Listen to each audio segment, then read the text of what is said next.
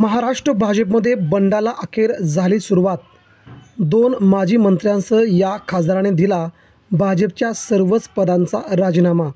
भाजपमध्ये उडाली मोठी खळबळ। मित्रांनो, पुढच्या अवघ्या 2 मिनिटांमध्ये बघूया कोणते आहेत ते 2 मंत्री आणि खासदार ज्यांनी भाजपच्या नेत्यांमध्ये शरसंधान साधत सोडली आहे साथ। मित्रांनो, राज्याच्या राजकारणामध्ये खूप मोठ्या घडामोडी अतिशय वेगाने घडत आहेत। पुढील काही दिवसांवरती येऊन ठेपलेल्या विधानसभा निवडणुका याचा एक भाग आहे। याचमुळे सध्या नांदेडसह मराठवाड्यातील आणि उत्तर महाराष्ट्रातील 2 आमदार सध्या भाजपला सोडत असल्याची चर्चा असतानाच आता मात्र सर्वात मोठा राजकीय स्फोट झाला आहे।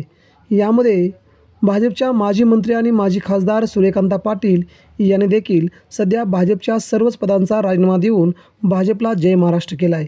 त्यानंतर नांदेडचेच सध्या किनळकर यांनी देखील आपल्या सर्वच पदांचा राजीनामा दिला आहे आणि हे माजी मंत्री असलेले दोन्ही प्रस्थ नांदेड जिल्ह्यामध्ये सर्वात मोठी व्यक्तिमत्व होऊन आहेत।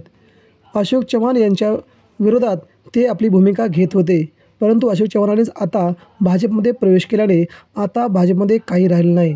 भाजपमध्ये अखेर फक्त आणि फक्त जे भ्रष्टाचाराने बुरबटलेले आहेत त्यांनाच प्रवेश दिला जातो असं शरसंधान साधत त्यांनी देवेंद्र फडणवीस यांनाही टार्गेट केलं आहे।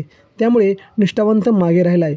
याचमुळे आगामी काळात भाजपचे अजून 15 ते 20 आमदार फुटतील अशी शंका त्यांनी व्यक्त केली।